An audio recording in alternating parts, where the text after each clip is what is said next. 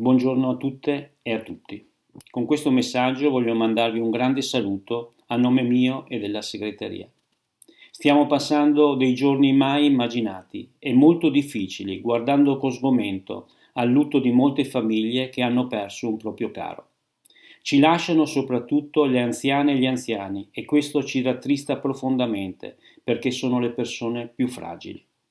Siamo vicini a loro con un grande abbraccio e siamo vicini anche a tutte le persone che in questi giorni stanno lavorando, a chi lavora nella sanità, a chi pulisce gli ospedali, alle lavoratrici e ai lavoratori dei supermercati, alle forze dell'ordine, a tutti quelli che lavorano oggi va un grande nostro riconoscimento. A loro va anche un grande pensiero e un obbligo morale etico. Non ci dimenticheremo di loro quando tutto questo sarà finito. Con questo messaggio voglio dirvi però che proprio nei momenti più difficili dobbiamo sentirsi comunità e vicini, anche seppur virtualmente, gli uni agli altri.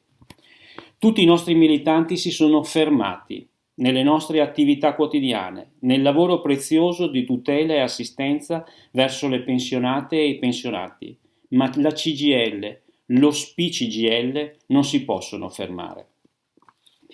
È nostra intenzione rimanere in relazione, in informazione continua e costante, in aggiornamento regolare, sentirsi insieme. Insieme perché insieme ce la possiamo fare e ce la faremo. E questo è un saluto a tutti voi. Sappiamo che oggi il Paese si regge sul lavoro e sappiamo che con le lavoratrici e i lavoratori, con le pensionate e i pensionati, ricostruiamo questo Paese e lo ricostruiremo. Un grande saluto a tutti voi. Ciao e a presto.